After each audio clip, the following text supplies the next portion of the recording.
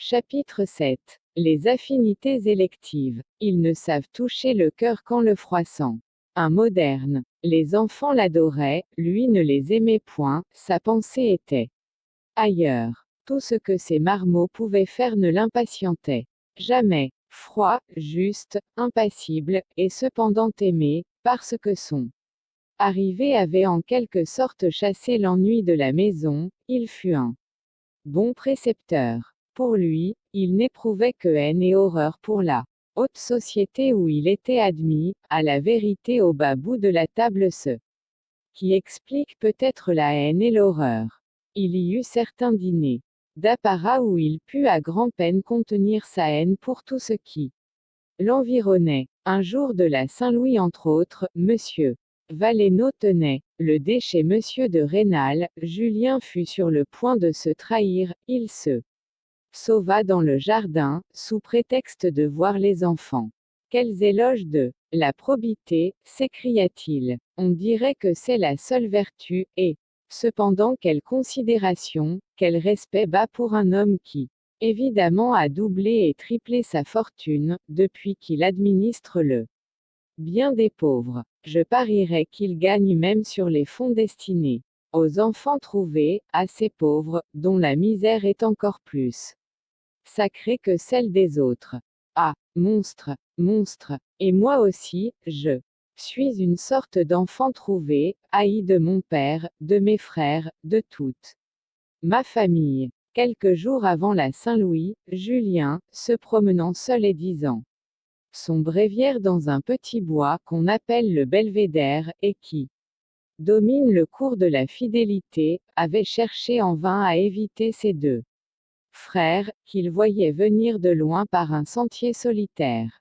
La jalousie de ces ouvriers grossiers avait été tellement provoquée par le bel habit noir, par l'air extrêmement propre de leur frère, par le mépris sincère qu'il avait pour eux, qu'il l'avait battu au point de le laisser évanoui et tout sanglant. Madame de Rênal, se promenant avec monsieur Valenod et le sous-préfet, arriva par hasard dans le petit bois, elle vit Julien étendu sur la terre et le crut mort.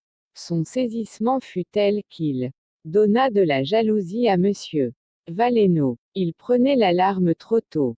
Julien trouvait Madame de Rênal fort belle. Mais il la haïssait à cause de sa beauté, c'était le premier écueil qui avait failli arrêter sa fortune. Il lui parlait le moins possible afin de faire oublier le transport qui, le premier jour, l'avait porté à lui baiser la main. Élisa, la femme de chambre de Madame de Rênal, n'avait pas manqué de devenir amoureuse du jeune précepteur, elle en parlait souvent à sa maîtresse. L'amour de mademoiselle Élisa avait valu à Julien la haine d'un des valets. Un jour, il entendit cet homme qui disait à Élisa, « Vous ne voulez plus me parler, depuis que ce précepteur crasseux est entré dans la maison. » Julien ne méritait pas cette injure, mais, par instinct de joli garçon, il redoubla de soin pour sa personne. La haine de monsieur Valenod redoubla aussi. Il dit publiquement que tant de coquetterie ne convenait pas à un jeune abbé. À la soutane précétait le costume que portait Julien. Madame de Rênal remarqua qu'il parlait plus souvent que de coutume à mademoiselle Élisa. Elle apprit que ces entretiens étaient causés par la pénurie de la très petite garde-robe de Julien. Il avait si peu de linge qu'il était obligé de le faire laver fort souvent hors de la maison, et c'est pour ces petits soins qu'Élisa lui était utile. Cette extrême pauvreté, qu'elle ne soupçonnait pas, toucha Madame de Rênal. Elle eut envie de lui faire des cadeaux, mais elle n'osa pas. Cette résistance intérieure fut le premier sentiment pénible que lui causa Julien. Jusque-là le nom de Julien, et le sentiment d'une joie pure et tout intellectuelle, étaient synonymes pour elle. Tourmentée par l'idée de la pauvreté de Julien, Madame de Rênal parla à son mari de lui faire un cadeau de linge. Quel du prix, répondit-il. Quoi, faire des cadeaux à un homme dont nous sommes parfaitement contents, et qui nous sert bien. Ce serait dans le cas où il se négligerait qu'il faudrait stimuler son zèle. Madame de Rênal fut humiliée de cette manière de voir, elle ne l'eut pas remarqué avant l'arrivée de Julien. Elle ne voyait jamais l'extrême propreté de la mise d'ailleurs fort simple du jeune abbé, sans se dire: ce pauvre garçon, comment peut-il faire? Peu à peu, elle eut pitié de tout ce qui manquait à Julien, au lieu d'en être choquée. Madame de Rênal était une de ces femmes de province, que l'on peut très bien prendre pour des sottes pendant les 15 premiers jours qu'on les voit. Elle n'avait aucune expérience de la vie, et ne se souciait pas de parler. Douée d'une âme délicate et dédaigneuse, cet instinct de bonheur naturel à tous les êtres faisait que, la plupart du temps, elle ne donnait aucune attention aux actions des personnages grossiers, au milieu desquels le hasard l'avait jetée. On l'eût remarqué pour le naturel et la vivacité d'esprit, si elle eût reçu la moindre éducation. Mais en sa qualité d'héritière, elle avait été élevée chez des religieuses adoratrices passionnées-bas du Sacré-Cœur de Jésus-bas, et animée d'une haine violente pour les Français ennemis des Jésuites. Madame de Rênal s'était trouvée assez de sang pour oublier bientôt, comme absurde, tout ce qu'elle avait appris au couve, mais elle ne mit rien à la place, et finit par ne rien savoir.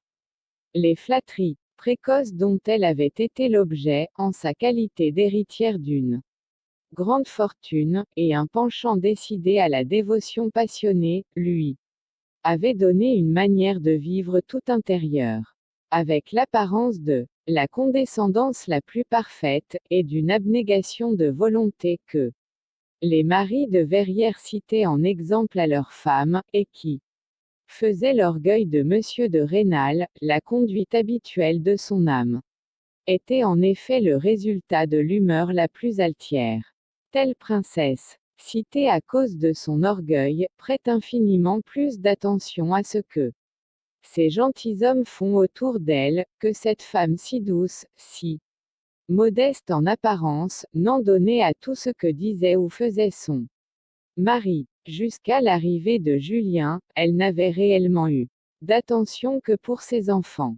Leurs petites maladies, leurs douleurs, leurs petites joies, occupaient toute la sensibilité de cette âme qui, de la vie, n'avait adoré que Dieu quand elle était au Sacré-Cœur de Besançon. Sans qu'elle daignât le dire à personne, un accès de fièvre d'un de ses fils la mettait presque dans le même état que si l'enfant eût été mort. Un éclat de rire grossier, un haussement d'épaules, accompagné de quelques maximes triviales sur la folie des femmes, avaient constamment accueilli les confidences de ce genre de chagrin, que le besoin d'épanchement l'avait porté à faire à son mari, dans les premières années de leur mariage. Ces sortes de plaisanteries, quand surtout elle portait sur les maladies de ses enfants, retournaient le poignard dans le cœur de Madame de Rênal. Voilà ce qu'elle trouva au milieu des flatteries empressées et mielleuses du couvent jésuitique où elle avait passé sa jeunesse. Son éducation fut faite par la douleur. Trop fière pour parler de ce genre de chagrin, même à son amie Madame Derville, elle se figura que tous les hommes étaient comme son mari, Monsieur Valenod et le sous-préfet Charcot de Maugiron. La grossièreté est la plus brutale insensibilité à tout ce qui n'était pas intérêt d'argent, de préséance ou de croix, la haine aveugle pour tout raisonnement qui les contrariait, lui parurent des choses naturelles à ce sexe, comme porter des bottes et un chapeau de feutre. Après de longues années, Madame de Rênal n'était pas encore accoutumée à ces gens à argent au milieu desquels il fallait vivre. De là le succès du petit paysan Julien. Elle trouva des jouissances douces, et toutes brillantes du charme de la nouveauté, dans la sympathie de cette âme noble et fière. Madame de Rênal lui eut bientôt pardonné son ignorance extrême qui était une grâce de plus, et la rudesse de ses façons qu'elle parvint à corriger. Elle trouva qu'il valait la peine de l'écouter, même quand on parlait des choses les plus communes, même quand il s'agissait d'un pauvre chien écrasé, comme il traversait la rue, par la charrette d'un paysan allant au trot. Le spectacle de cette douleur donnait son gros rire à son mari, tandis qu'elle voyait se contracter les beaux sourcils noirs et si bien arqués de Julien. La générosité, la noblesse d'âme, l'humanité lui semblèrent peu à peu n'exister que chez ce jeune abbé. Elle eut pour lui seul toute la sympathie et même l'admiration que ces vertus excitent chez les âmes bien nées. À Paris, la position de Julien envers Madame de Rênal eût été bien vite simplifiée, mais à Paris, l'amour est fils des romans. Le jeune précepteur et sa timide maîtresse auraient retrouvé dans 3 ou 4 romans et jusque dans les couplets du gymnase, l'éclaircissement de leur position. Les romans leur auraient tracé le rôle à jouer, montré le modèle à imiter, et ce modèle, tôt ou tard, et quoique sans nul plaisir, et peut-être en rechignant, la vanité eût forcé Julien à le suivre. Dans une petite ville de l'Aveyron ou des Pyrénées, le moindre incide eût été rendu décisif par le feu du climat. Sous nos cieux plus sombres, un jeune homme pauvre, et qui n'est qu'ambitieux parce que la délicatesse de son cœur lui fait un besoin de quelques-unes des jouissances que donne l'argent, voit tous les jours une femme de 30 ans sincèrement sage, occupée de ses enfants, et qui ne prend nullement dans les romans des exemples de conduite. Tout va lentement, tout se fait peu à peu dans les provinces, il y a plus de naturel. Souvent, en songeant à la pauvreté du jeune précepteur, Madame de Rênal était attendrie jusqu'aux larmes. Julien la surprit un jour pleurant. Tout à fait. Et, Madame, vous serait-il arrivé quelque malheur? Non, mon ami, lui répondit-elle, appelez les enfants, allons-nous promener. Elle prit son bras et s'appuya d'une façon qui parut singulière à Julien. C'était pour la première fois qu'elle l'avait appelé mon ami. Vers fin de la promenade, Julien remarqua qu'elle rougissait beaucoup. Elle ralentit le pas. On vous aura raconté, dit-elle sans le regarder, que je suis l'unique héritière d'une tante fort riche qui habite Besançon. Elle me comble de présents. Mes fils font des progrès, si étonnants, que je voudrais vous prier d'accepter un petit présent, comme marque de ma reconnaissance. Il ne s'agit que de quelques louis pour vous faire du linge. Mais, ajouta-t-elle en rougissant encore plus, et elle cessa de parler. Quoi, madame? Dit Julien. Il serait inutile, continua-t-elle en baissant la tête, de parler de ceci à mon mari. Je suis petit, madame, mais je ne suis pas bas, reprit Julien en s'arrêtant, les yeux brillants de colère, et se relevant de toute sa hauteur. C'est à quoi vous n'avez pas assez réfléchi. Je serais moins qu'un valet, si je me mettais dans le cas de cacher à monsieur de Rênal quoi que ce soit de relatif à mon argent. Madame de Rênal était atterrée. Monsieur le maire, continua Julien, m'a remis 5 fois 36 francs. Depuis que j'habite sa maison, je suis prêt à montrer mon livre de dépenses à monsieur de Rênal et à qui que ce soit, même à monsieur Valenod qui me est. À la suite de cette sortie, Madame de Rênal était restée pâle et tremblante, et la promenade se termina sans que ni l'un ni l'autre pût trouver un prétexte pour renouer le dialogue. L'amour pour Madame de Rênal devint de plus en plus impossible dans le cœur orgueilleux de Julien. Quant à elle, elle le respecta, elle l'admira, elle en avait été grondée. Sous prétexte de réparer l'humiliation involontaire qu'elle lui avait causée, elle se permit les soins les plus tendres. La nouveauté de ses manières fit pendant 8 jours le bonheur de Madame de Rênal. Leur effet fut d'apaiser en partie la colère de Julien, il était loin d'y voir rien qui pût ressembler à un goût personnel. Voilà, se disait-il, comme sont ces gens riches, ils humilient et croient ensuite pouvoir tout réparer, par quelque singerie. Le cœur de Madame de Rênal était trop plein, et encore trop innocent, pour que, malgré ses résolutions à cet égard, elle ne racontât pas à son mari l'offre qu'elle avait faite à Julien, et la façon dont elle avait été repoussée. Comment, reprit monsieur de Rênal vivement piqué, avez-vous pu tolérer un refus de la part d'un domestique Et comme madame de Rênal se récriait sur ce mot. Je parle, madame, comme feu monsieur le prince de Condé, présentant ses chambellan à sa nouvelle épouse, tous ces gens là, lui dit-il, sont nos domestiques, je vous ai lu ce passage des mémoires de Bézenval. Essentiel pour les préséances. Tout ce qui n'est pas gentilhomme, qui vit chez vous et reçoit un salaire, est votre domestique. Je vais dire 2 mots à ce monsieur Julien, et lui donner 100 francs. Ah, mon ami, dit madame de Rênal tremblante, que ce ne soit pas du moins devant les domestiques. Oui, il pourrait être jaloux et avec raison, dit son mari, en s'éloignant et pensant à la quotité de la somme. Madame de Rênal tomba sur une chaise, presque évanouie de douleur. Il va humilier Julien, et par ma faute. Elle eut horreur de son mari et se cacha la figure avec les mains.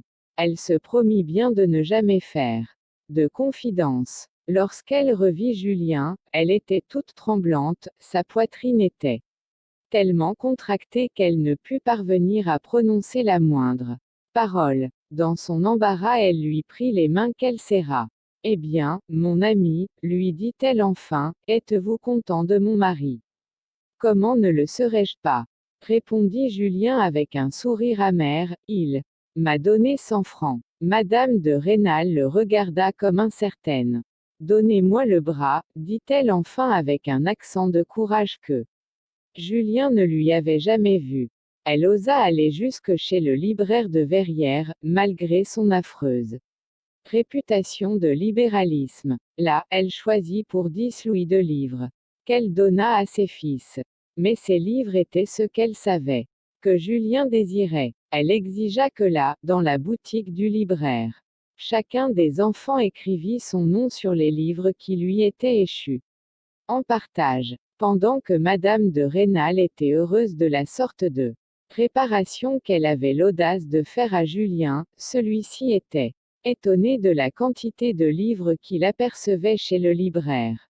Jamais il n'avait osé entrer en un lieu aussi profane, son cœur palpitait, loin de songer à deviner ce qui se passait dans le cœur de Madame de Rênal. Il rêvait profondément aux moyens qu'il y aurait pour un jeune étudiant en théologie, de se procurer quelques-uns de ses livres. Enfin il eut l'idée qu'il serait possible, avec de l'adresse, de persuader à monsieur de Rênal qu'il fallait donner pour sujet de thème à ses fils l'histoire des gentilshommes célèbres nés dans la province. Après un mois de soins, Julien vit réussir cette idée, et à un tel point que quelque temps après, il osa hasarder, en parlant à monsieur de Rênal, la mention d'une action bien autrement pénible pour le noble maire. Il s'agissait de contribuer à la fortune d'un libéral, en prenant un abonnement chez le libraire. Monsieur de Rênal convenait bien qu'il était sage de donner à son fils aîné l'idée de visu de plusieurs ouvrages qu'il entendrait mentionner dans la conversation, lorsqu'il serait à l'école militaire, mais Julien voyait monsieur le maire s'obstiner à ne pas aller plus loin. Il soupçonnait une raison secrète, mais ne pouvait la deviner. Je pensais, monsieur, lui dit-il un jour, qu'il y aurait une haute inconvenance à ce que le nom d'un bon gentilhomme tel qu'un Rênal parût sur le sale registre du libraire. Le front de monsieur de Rênal s'éclaircit. Ce serait aussi une bien mauvaise note, continua Julien, d'un ton plus humble, pour un pauvre étudiant en théologie, si l'on pouvait un jour découvrir que son nom a été sur le registre d'un libraire loueur de livres. Les libéraux pourraient m'accuser d'avoir demandé les livres les Plus infâme, qui sait même s'il n'irait pas jusqu'à écrire après mon nom les titres de ses livres pervers. Mais Julien s'éloignait de la trace. Il voyait la physionomie du maire reprendre l'expression de l'embarras et de l'humeur. Julien se tut. Tiens mon homme, se dit-il. Quelques jours après, l'aîné des enfants interrogeant Julien sur un livre annoncé dans la quotidienne en présence de Monsieur de Rênal. Pour éviter tout sujet de triomphe au parti jacobin, dit le jeune précepteur, et cependant me donner les moyens de répondre à Monsieur Adolphe. On pourrait faire prendre un abonnement chez le libraire par le dernier de Vosges. Voilà une idée qui n'est pas mal, dit Monsieur de Rênal évidemment fort joyeux. Toutefois il faudrait spécifier, dit Julien, de cet air gravé presque malheureux qui va si bien à de certaines gens, quand ils voient le succès des affaires qu'ils ont le plus longtemps désiré, il faudrait spécifier que le domestique ne pourra prendre aucun roman.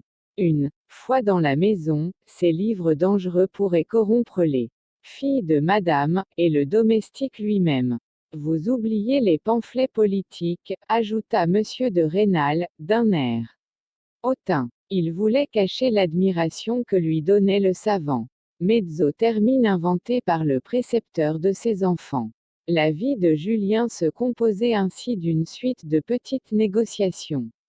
Et leur succès l'occupait beaucoup plus que le sentiment de préférence marqué qu'il n'eût tenu qu'à lui de lire dans le cœur de Madame de Rênal. La position morale où il avait été toute sa vie se renouvelait chez Monsieur le maire de Verrières. Là comme à la scierie de son père, il méprisait profondément les gens avec qui il vivait, et en était haï. Il voyait, chaque jour dans les récits faits par le sous-préfet, par Monsieur Valenod, par les autres amis de la maison, à l'occasion de choses qui venaient de se passer sous leurs yeux, combien leurs idées ressemblaient peu à la réalité. Une action lui semblait-elle admirable. C'était celle-là, précisément, qui attirait le blâme des gens qui l'environnaient. Sa réplique intérieure était toujours « quel monstre ou quel sot ». Le plaisant, avec tant d'orgueil, c'est que souvent il ne comprenait absolument rien à ce dont on parlait. De la vie, il n'avait parlé avec sincérité qu'au vieux chirurgien-major. Le peu d'idées qu'il avait étaient relatives aux campagnes de Bonaparte, en Italie, ou à la chirurgie. Son jeune courage se plaisait au récit circonstancié des opérations les plus douloureuses. Il se disait, je n'aurais pas sourcillé la première fois que Madame de Rênal essaya avec lui une conversation étrangère à l'éducation des enfants. Il se mit à parler d'opérations chirurgicales. Elle pâlit et le pria de cesser. Julien ne savait rien au-delà. Ainsi, passant sa vie avec Madame de Rênal, le silence le plus singulier s'établissait entre eux dès qu'ils étaient seuls dans le salon. Quelle que fût l'humilité de son maintien, elle trouvait dans ses yeux un air de supériorité intellectuelle envers tout ce qui venait chez elle. Se trouvait-elle seule un instant avec lui? Elle le voyait visiblement embarrassé. Elle en était inquiète car son instinct de femme lui faisait comprendre que cet embarras n'était nullement tendre. D'après je ne sais quelle idée prise dans quelques récits de la bonne société, telle que l'avait vu le vieux chirurgien-major, dès qu'on se taisait dans un lieu où il se trouvait avec une femme, Julien se sentait humilié comme si ce silence eût été son tort particulier. Cette sensation était 100 fois plus pénible dans le tête-à-tête. Son imagination remplie des notions les plus exagérées, les plus espagnoles, sur ce qu'un homme doit dire quand il est seul avec une femme, ne lui offrait dans son trouble que des idées inadmissibles. Son âme était dans les nues, et cependant il ne pouvait sortir du silence le plus humiliant. Ainsi son air sévère, pendant ses longues promenades avec Madame de Rênal et les enfants, était augmenté par les souffrances les plus cruelles. Il se méprisait horriblement. Si par malheur il se forçait à Parler, il lui arrivait de dire les choses les plus ridicules. Pour comble de misère, il voyait et s'exagérait son absurdité, mais ce qu'il ne voyait pas, c'était l'expression de ses yeux, ils étaient si beaux et annonçaient une âme si ardente que, semblable aux bons acteurs, il donnait quelquefois un sang charmant à ceux qui n'en avaient pas. Madame de Rênal remarqua que, seul avec elle, il n'arrivait jamais à dire quelque chose de bien que lorsque, distrait par quelque événement imprévu, il ne songeait pas à bien tourner un compliment. Comme les amis de la maison ne la gâtaient pas en lui présentant des idées nouvelles et brillantes. Elle jouissait avec délice des éclairs d'esprit de Julien. Depuis la chute de Napoléon, toute apparence de galanterie est sévèrement bannie des mœurs de la province.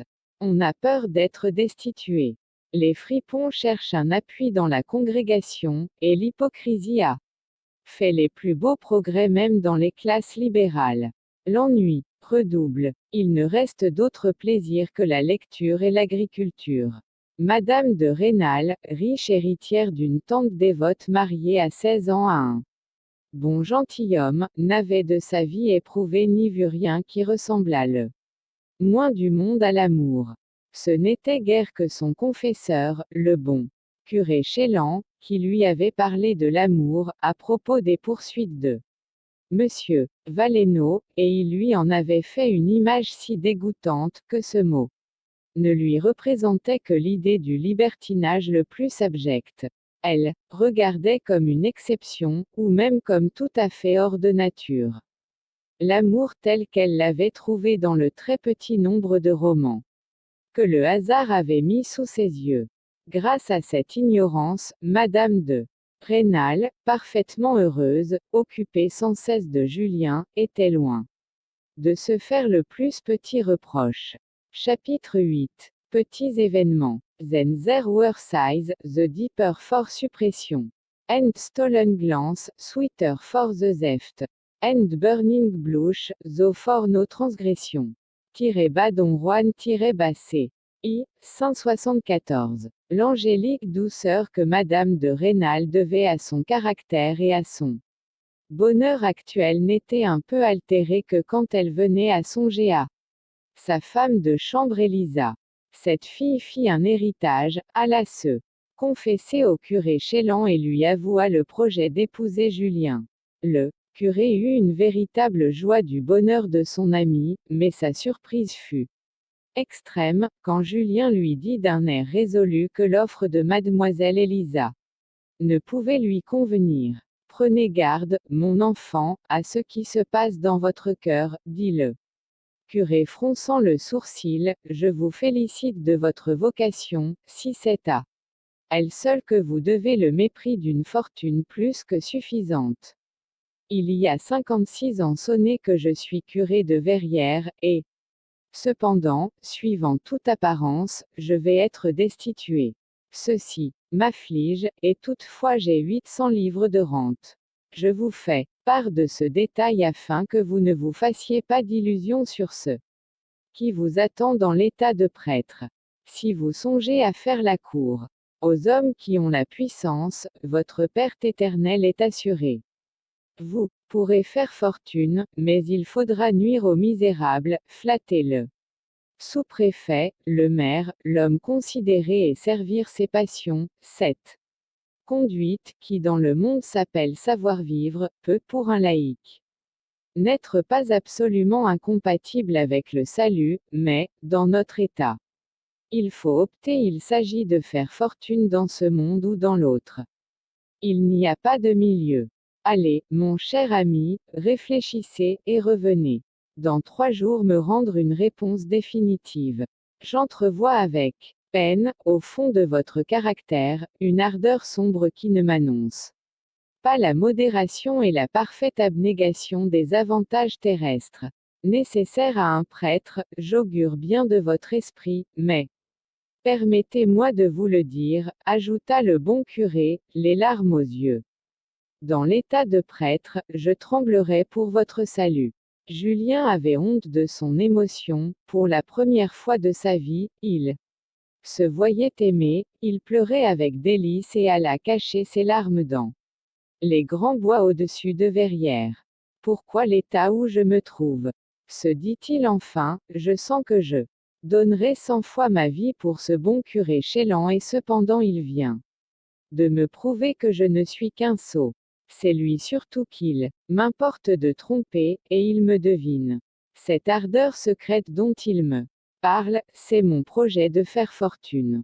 Il me croit indigne d'être prêtre, et cela précisément quand je me figurais que le sacrifice de 50 louis de rente allait lui donner la plus haute idée de ma piété et de ma vocation. À l'avenir, continua Julien, je ne compterai que sur les parties de mon caractère que j'aurais éprouvé. Qui m'eût dit que je trouverais du plaisir à répandre des larmes?